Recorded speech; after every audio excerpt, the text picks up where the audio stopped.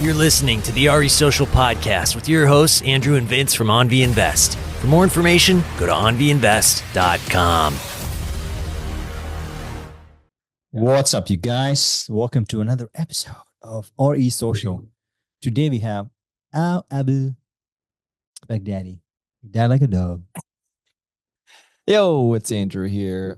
Just wanted to give you guys an AnVi update, a little bit of what we're going through, some of the wins, some of the learning, teachable moments, so you guys are 1% better for your own moves. Thank you for listening. As always, appreciate you guys. Wanted to start by just, I guess, a quick recap. We just had a really great meetup over at the KW office. Big shout out to Tom for letting us use the space. It was awesome. We had a good turnout. I'm still getting used to the whole round of applause after we talk thing. It's kind of cool. Yeah. Like my ego loves it, but I'm just like, wait a minute, what? But and someone was telling me, so you guys are giving a ton of value. Like that was really insightful. Yeah. Like everything we talked about. So this will probably come out after the election. So Congratulations to whoever. Yeah. Yeah. But yeah, we were talking about, what difference that would have. And there's a podcast episode just dedicated to that. This is not that one, but it was great. So the meetups are going great. If you guys are local to the Orange County, LA, San Diego area, definitely get in touch with us and we'll send you some information. You can always just email me, andrew@onviinvestments.com for more information. Yeah, so there's that. It's a free meetup. Yeah, totally free. We're going to do it every month. I'm pouring wine. December. We're having a good time. We're always... Second Thursday? Yeah, second Thursday of every month. Yeah, so... Same name, RE Social. RE Social. Meetup. Show up, you guys. I was talking to a trademark attorney. Actually, it's my friend from work, Sarah's sister. Nice. We got a trademark. We should. Yeah. We should trademark it. Don't steal it, guys. Don't steal it. Maybe it is already trademarked by the time it comes out. I'm gonna take RE Social. We're gonna go big. We're gonna make a nice little staple. I want to do more like real estate professionals, social events. Like people with assets are invited. Yeah, we don't have one here. I mean, Rich has got a pretty cool one in San Diego, but there's not one. Yeah, that's kind of my direction for the upcoming 12 months. Even doing things, maybe a tie-in. I hosted a big Halloween party just at my house, but a lot of the events I like to do have some kind of charity on the back end. So I'm gonna make you pay at least $1 to be at the party, to donate to whatever charity. It could be $1,000, whatever you want, but at least $1, something. So that way we raised almost $2,500 on the last charity to Second Harvest Food Bank, a cause near and dear to my heart. And it's cool because you have a good time, you dress up, you're socializing, you're meeting cool people, networking, and we're helping feed hungry children or whatever. Anyways, so I want to do a lot more of that in the upcoming year. It's kind of where my head's at. But yeah, let's bounce to some of the bad news. I want to talk to you guys a little bit about some crises we've been going through, kind of an unusual one. So I've been pretty checked out. I've been really so grateful for Vince and our team for taking over a lot of what was keeping me like cracked out, as Vince would say, like always checking my phone. So basically, we've got a great team. However, unfortunately, they didn't quite catch a big issue. Somehow, Hospitable did an update or something where there's some integration with PriceLabs. But at this time, as we're talking to you guys right now, we're still experiencing that issue and haven't 100% figured it out. So we reintegrated PriceLabs. We're going to get that back corrected, but it was plummeting our pricing to old pricing, to like the floor that we had set through PriceLabs 9 months ago. And it's been 9 months since it's been inactive, and it's been kind of a shit show. So you want to talk more on that, Vince? He's more cracked out on it. Yeah. So as you guys know, we have Furnished rental business. We do MTRs and STRs in Tennessee and Orange County, and everywhere else. We just have long-term tenants. So I've been on the apps and kind of just overseeing and make sure things are going smooth. And I found that our prices were hit by 40 to 60%. And I was like, oh no, it's not good. And I was trying to figure out what was going on. called Airbnb and stuff, and we found out that there's a new thing that Airbnb is doing where if you use third-party apps, they want you to do most of the management there on the third party, like it's Hospitable or PriceLabs, which is which they didn't announce or do anything. So then our business relies on Airbnb bringing a lot of the business. So trying to just figure it out and make sure things are still going smoothly. So yeah, so it's that's what's been going on. Yeah. So the big takeaway, if you guys didn't already deduce it, is don't take your eye off the ball. I'm glad that you're still like super on it and watching because no one else caught it. And we have a wonderful team. I'm not saying they're not, amazing, but yeah, at the end of the day, no matter how great your team is, you still got to stay on it. You still got to be doing the checks. This is something that happened after my big trip to Mexico. I kind of just, we had a big issue with one of our properties up in Mentone. And I just said, you know what? I'm tired of fitting the bill for this mortgage. It was an issue from day one, basically. And we couldn't get it rented, couldn't get it sold. And it's just draining us. And it's a great property. I'm genuinely confused. I'm there literally as a realtor, standing there, like people are walking in. I don't know what's happening. So the point is I decided I'm going to hire a photographer. I found a guy. I called Keller Williams Redlands. And I said, hey, I'm a KW agent. Who's your best photographer? Boom, sent me the guy. Couldn't have been a cooler guy. Big shout out. If you guys need a photographer in Redlands, I got your guy, real estate wise. He went out, did it for way cheaper than I was expecting. Did that great little like Photoshop thing where the clouds look really nice and was still honest to what the property looks like, but he touches it up and it just make it look sexy. All the while, our management team was saying that's a waste of time and money. And then we posted the pictures. I did a Zillow listing. I paid the $30 to boost the SEO. And we got not just one, but two very qualified and very they were like fighting for the listing. So it went from, why can't we get it rented? What the heck's happening? What's our property management team is communicating with us that they're trying. So I guess they must be doing a great job to, now we're cash flowing on this property better than about any other property in Southern California.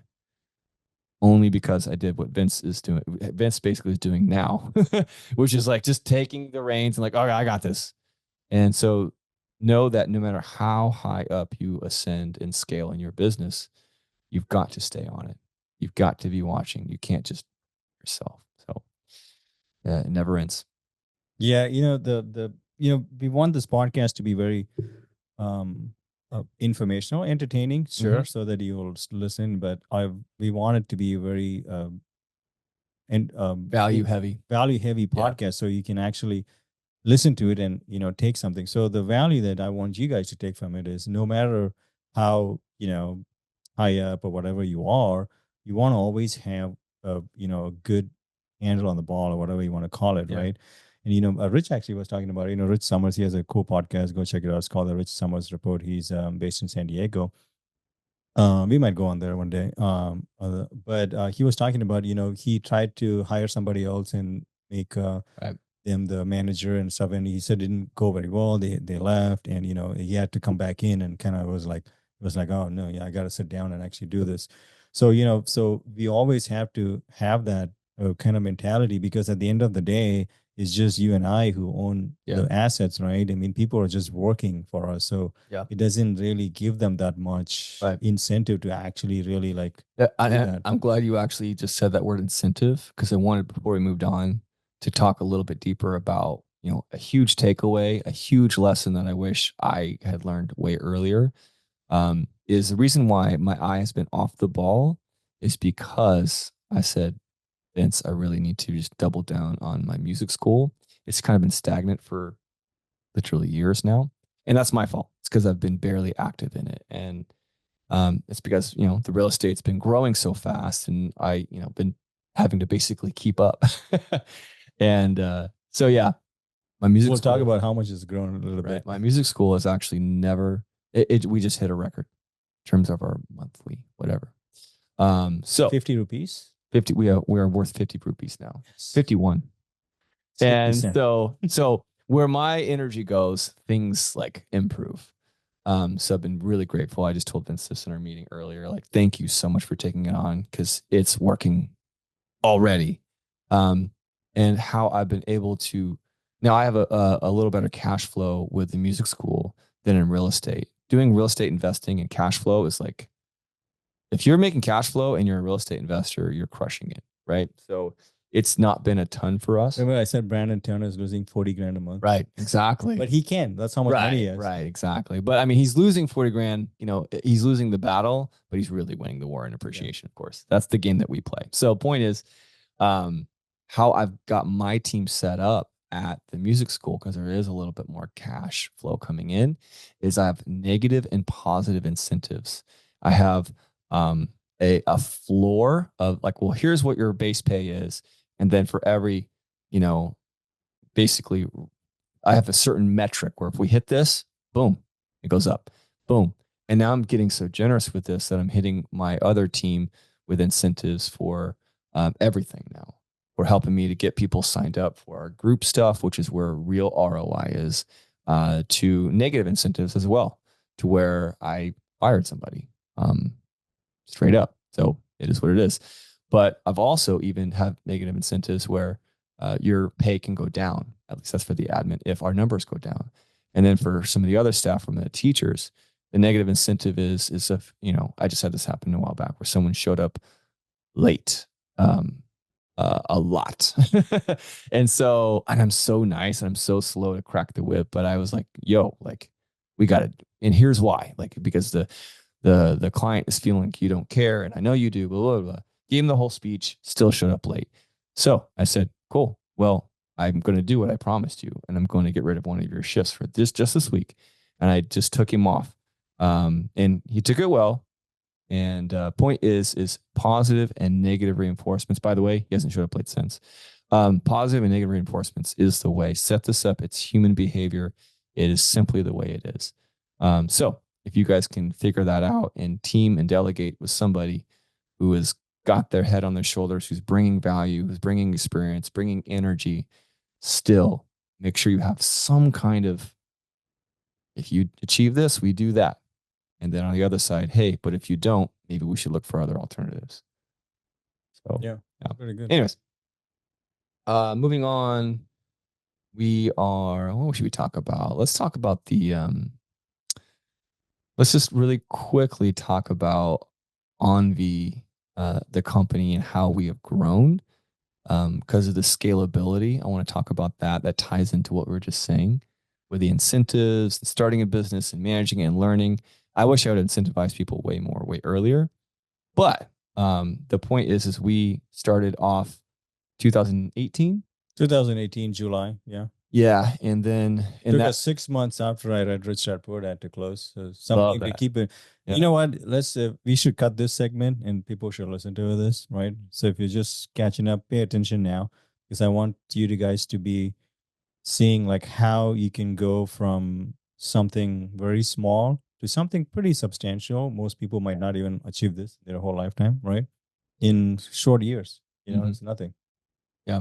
So 2018, we read Rich Dad Poor Dad, January. Mm-hmm. I'm driving back and forth to work like a loser for an hour and listening to Katy Perry, right? And then I read Rich Dad Poor Dad, and then I consume all of the books, even though like I'm so nerded out. People are like, oh, this guy makes fast decisions. It took us 6 months to get into escrow. And for 6 months, I was just studying. And then on the 7th month, we did close and we bought the first triplex, right? Yep. We're just going to go through the timeline. We're not going to go into the details. I triplex, bought it for $250,000, whatever. And then it was the worst deal ever you can imagine. Fast forward 4 years, we sold it for $100,000 profit. But it was tough, like, right? So the 9 months, no cash flow. We're losing money, right? And Drew started his music school. And then the second year, 2019, we buy the second duplex, a couple $100,000, nothing crazy. So we're all in with $400,000, not worth, just owning $400,000 worth of real estate. Worth $20. Worth $20, probably less because we probably spend the $20 on painting. So, so 2 years in, right? So the one full calendar year, the second year in, we're averaging our assets are like worth $400,000, and then it's 2019 end. Everybody knows what happens. 2019, COVID-19 happens. 2020, we're in escrow. Boom, world shuts down. Everything's on fire. Everybody's like, sell everything you have. I'm going to the bunker. I got my shotgun. Let's go. Zombies every day, right? And we said, cool. I'm going to buy everything. And then we bought a couple of properties there. And then in 2020, we managed to control $1 million of real estate. So it took us about 2 years to go from zero to $1 million under management, right? We don't have $1 million. We're probably net worth is worth 50 grand, I would say at that point, right? It took us 2 years to go from $0 to maybe 50, maybe 100 grand, I don't know. Sure. Something like that in net worth, right? And then we still kept continuing to buy. We constantly keep buying. And then we bought millions of dollars. Key point, everybody else was running for the hills and telling us we're psychos for buying anything right now. Remember, at this point, people are literally making fun of us and saying you guys are idiots to do this because the world is, everything's going to crash. And now, the same people say, you guys lucky, you bought at the right time. The same guys were saying, hey, do you want to buy with us? They're like, no, you're an idiot to do this. Now they're like, oh, you time the market great. By the way, if there are any haters out there, please email Vince at AnVi Investments and to send the hate because it only fuels him and makes him better. It's true. Not an actual joke. It's true. I'll probably own He's like, oh, I can't? Cool. Watch me. And he does. And I'm like, dang. Yeah. I've done it in other. He's done it in every field of his life, just so you guys know. Yeah. Another story, another time. Anyways. Just to troll myself, I went on, I have 2 different careers. One in like batteries and nano materials, and then now I'm in the medical industry. I have patents in 2 different industries, completely unrelated. It's insane to even think. And then I started a third one, real estate, and I'm also cracked out on real estate. But anyway, that's just funny. The takeaway, gentlemen, ladies and gentlemen, is make sure that you partner with a cracked out smart person. Sounds, to me too. I mean, I got you. Now, okay, so following the same timeline, right? So we're in 2020. We're end of 2020. We partnered with Steve and stuff. At this point, we're like, doing deals with other people. Steve owns a door with us. Shout out Steve O. He'll come. We'll get him on the pod too. So now 2021. Now people are complaining. I wanted to show like what the world was doing. So it's. I don't want to just say, oh look, I had $2 million real estate. It doesn't matter. Nobody cares, right? At that point, 2020, everything shut down. Right now, 2021. People are like getting used to it. Right now, they're saying, "Oh, there's too many offers out there, guys. This is just crazy. There's 50 offers. Which is true. Can't do it. Which is true. There's a lot of offers. I can't do it now, so I'm going to wait till the offers go away." So people didn't want to do it in 2018 because interest rates were high. That was what it's going to crash. Yep. Didn't happen. 2019, same thing. Didn't happen. 2020, pandemic, guys. We can't buy now. Don't happen. 2021, wait, pandemic is going on. I still don't want to buy because, too many offers. Too many offers, too much competition. It was too much competition. But, we still bought it, right? And then we continued to keep buying. And then I would say, then we bought our homes. By this point, we didn't buy anything to live in. 2022, we bought both of our homes in Orange County.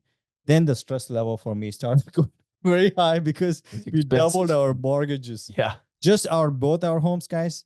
Full disclosure is like 15 grand a month just to run it. Yep.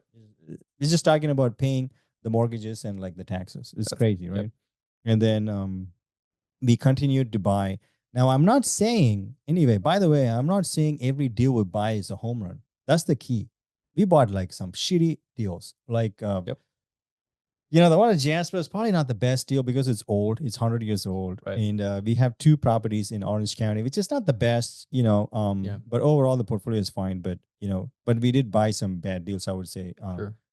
But, that really stressed me out. And then I was like, you know what? I'm not buying these kind of deals anymore. Then we went to last year again. So I would say 2022, I went crazy and kept buying and it was like stressing us out. And then 2023, we went to Tennessee and then we started buying again back to like cash flowing, a little bit growing market, those kind of stuff.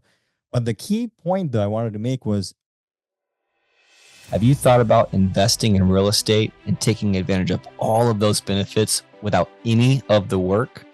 That is something that AnVi Invest not only provides, but has been providing since its inception. With friends and family, we have built an empire and a system of a wealth generating tool that is giving us and our friends and family that leverage in their life to create true wealth. Go to AnViInvest.com for more to see if you qualify. And thanks for listening. But the key point that I wanted to make was over all this period of time was always something was going on, and we still kept buying. He's saying there's always an out. There's always an excuse to not buy. Yeah. You will always be able to find something right now. Yeah. Right now, what is it? Oh, election, guys. Oh, election. Next week's I'm not election, certain. guys. I can't. Rates didn't go down like I thought. Yeah, rates actually went up a point. So now I'm going to wait for it to come down. Not a good time. It's not a good time. But then, if somebody wins, I'm going to see what she or he does. So I'm going to just stick around, see what happens. But anyway, so we went from, $0 in 2018 to $1 million assets under management, $1 million in 2020. And now where are we at? 10. So we went from 1 to 10 in 4 years. 10x, baby. 10x. Hashtag Grant Cardone. So will we ever go to 100 million? I don't know. That'd be dope. That'd be pretty cool. Let's go. But I know we can go to 20 million. Sure. That's something we can do for sure in like the next 5 years. Easy. And I mean, if the track record, if the trend stays consistent, it'll be in way less time than we got to 10. The goals and stuff for both Drew and I have definitely changed over the years. I'm not even interested to just buy, to just say like, I own more doors. It's not something that I care about anymore. However, I do care a lot about cash flow and helping, people who invest with us and stuff like that. Yep. But, the reason we wanted to talk about this was, one, if you followed, there was always something going on in the world which kept us from buying and everybody else from doing it, but we still did it. Was it easy? Let me tell you a funny story. The first deal that we bought, this is not a joke, or this is not like to say like how cool we are. You're going to be like, oh, what? Every week, Drew and I would sit down in this house. Actually, we didn't even own this house. We would sit down in my loser apartment, 2-bedroom somewhere else for $2,000 in Costa Mesa.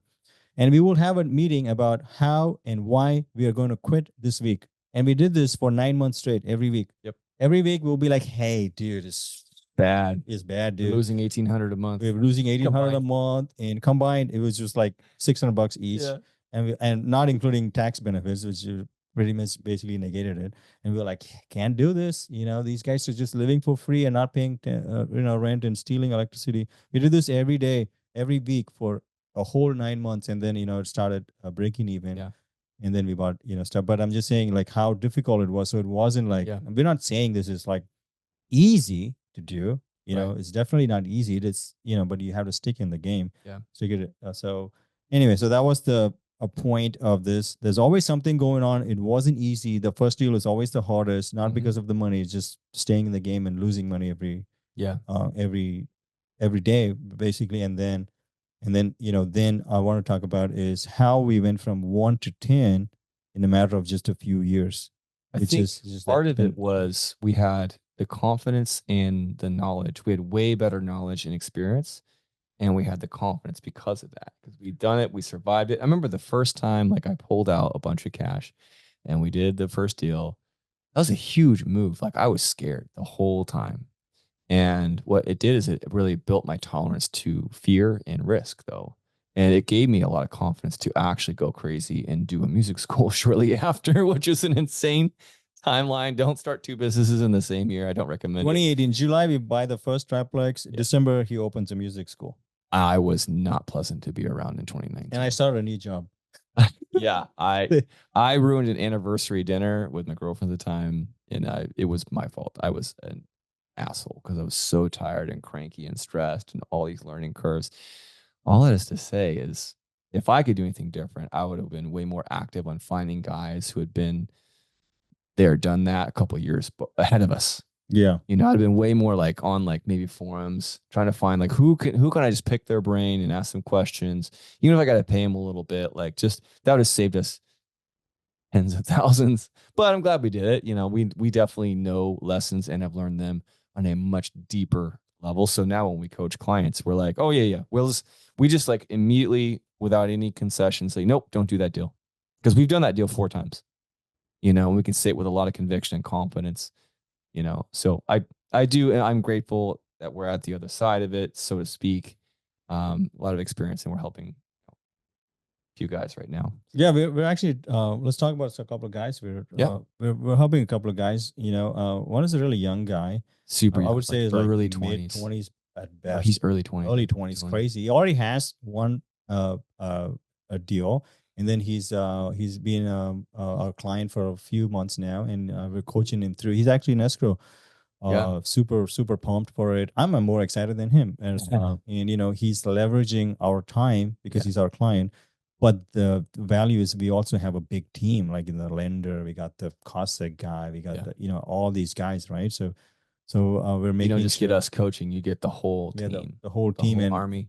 we're in his year, and we can actually help him make good decisions. I mean, we've already saved him so much more than whatever he's paying us. How much did you save him just in that one email you sent him recently? I would say I think that was the $3,000 in email. That's amazing. So that email, yeah. Isn't that what he paid or something close to it? Yeah, that's great. Got his money back in one email. Yeah, that's funny. Yeah, no, it's awesome. I'm super proud of him, and I love these taking action. And yeah, I can't wait to see what happens. I'm already cracked out. I'm all excited. Like, let's get it going. Let's get the Furnished thing going. And I'm already 2 steps too far. But yeah. And the other guy that we're coaching right now is he was a little bit further behind. I was hoping to get him more into the assets, and he already has a couple of doors though. He does. Yeah. You're right. He does. You're right. A little bit older than the other guy, but yeah. So we're helping him to build his business from scratch, something I'm very good at now, and Vince's as well. And so that's been going really well. It's interesting how we coach him, because I have a little bit more of a business background, like building it and advertising and all these little nuances. And you're so like deep on like assets. So it's a really nice balance. So I kind of bark at him to do certain tasks that are way more like building that business faster. And you're way better about, but on the back end, what's happening? How are you controlling your expenses? It's a nice dynamic we have.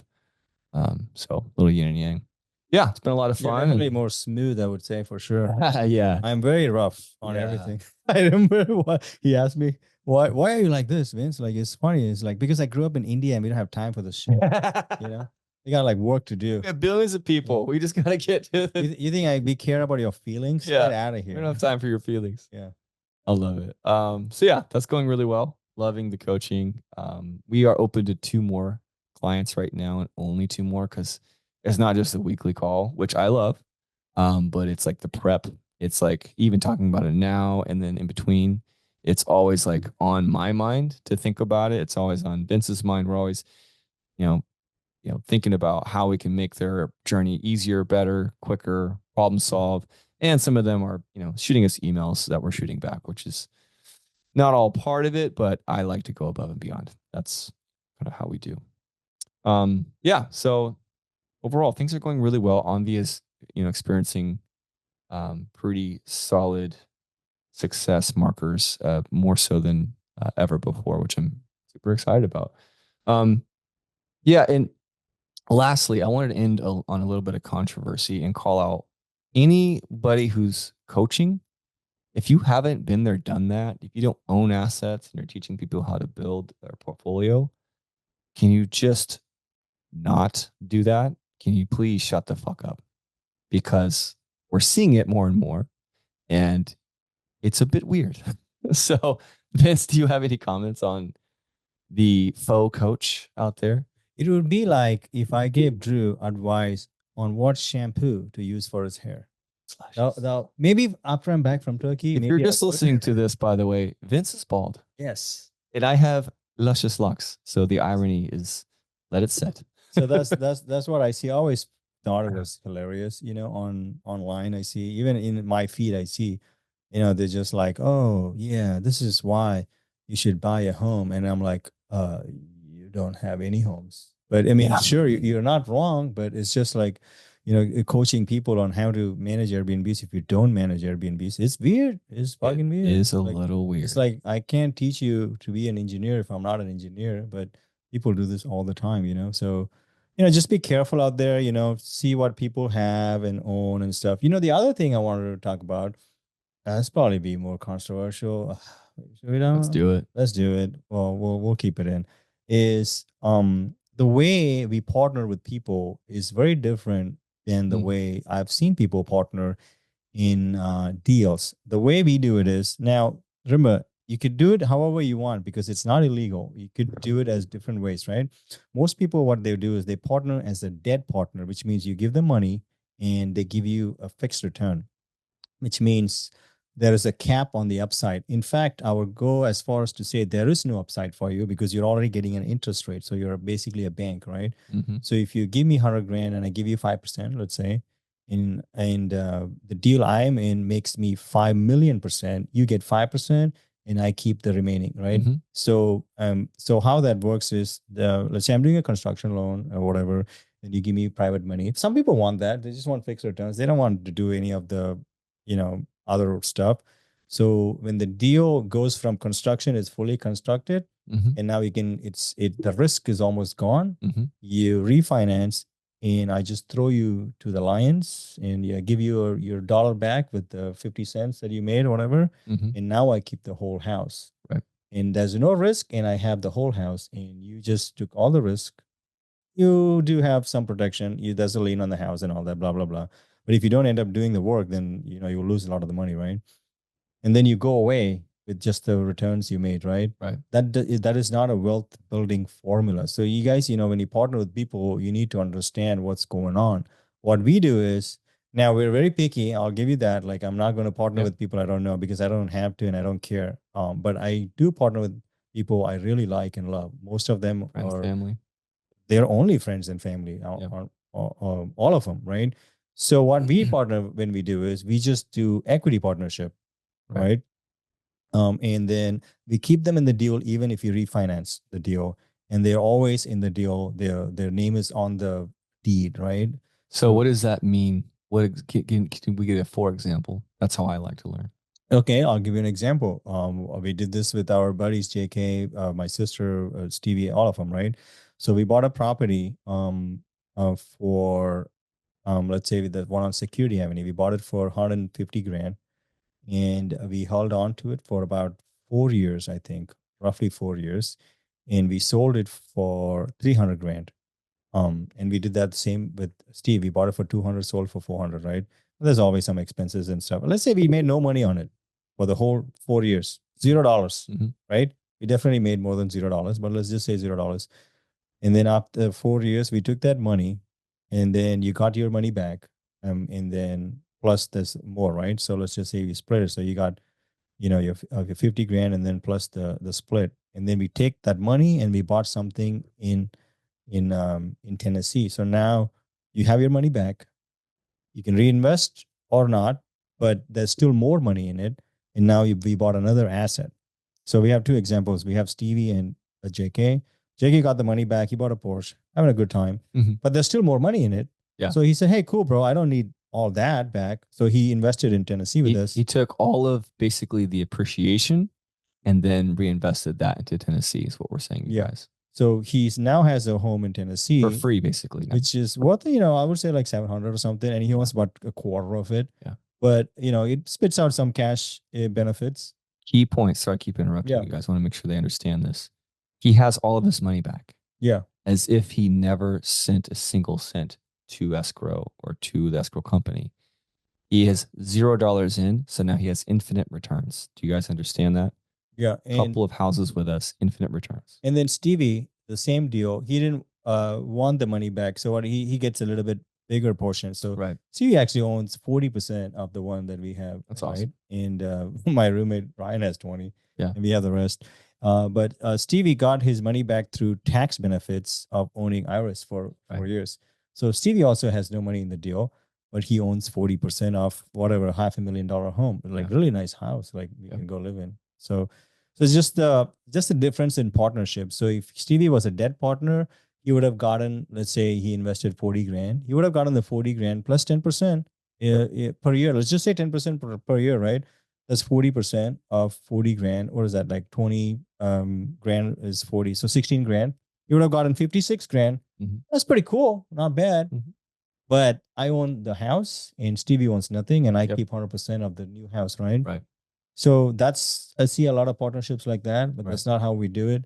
I actually like and want Americans to own assets in the US. That is one of my main goals.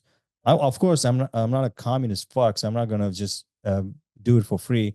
I will own it with you. course. But however, I prefer if you are in the deal, then actually doing it by myself. That's what I prefer. But there's got to be some value exchange. You got to Yeah. give me some money. You can't just be like, hey, I'm your friend from work, so can you give me 10%? I will give you 0% and punch you in the face, because now you want like a taking mentality. I want you to do something. Yeah. Maybe you paint the house or something. Mhm. Stevie signed on a loan on one time and he got Yep. a 10%. Everything's value. Yeah. So of course, So anyway, Yeah. that was the long-winded. we got a Yeah. good thing going on. Is what he's basically trying to say. But there's different partnerships, right? We wanted to explain how that works. Equity partnership, debt partnership. Equity is better. Now, remember, there is also a downside with equity. Just throwing it out there. There's an upside. There's a downside. What is the downside for you being my partner in this? We could lose it all. Yes, that is. Yeah, you probably won't lose it all because it's always worth something, but you could lose some. But the biggest downside for Drew would be amount of time it takes. He can, wait. He's a millionaire now. He might be fine with it. But also, when there's no cash flow, there's negative cash flow, you would have to participate. Right? I'm aware of this game. Yeah. So I'm just saying the negative side is if there's a loss, then we would both participate in the loss as well. So that is the downside with being an equity partner. Right. However, with the appreciation stuff, it usually tends to be better off. Yeah. But I'm just saying with the debt partnership, you don't have to participate in the loss. You could just be like, okay, foreclose on the house, bro. I have a lien on your house. I'll probably get all of my money back, So that's the difference. Right. So it mitigates your risk. Yeah. Yeah.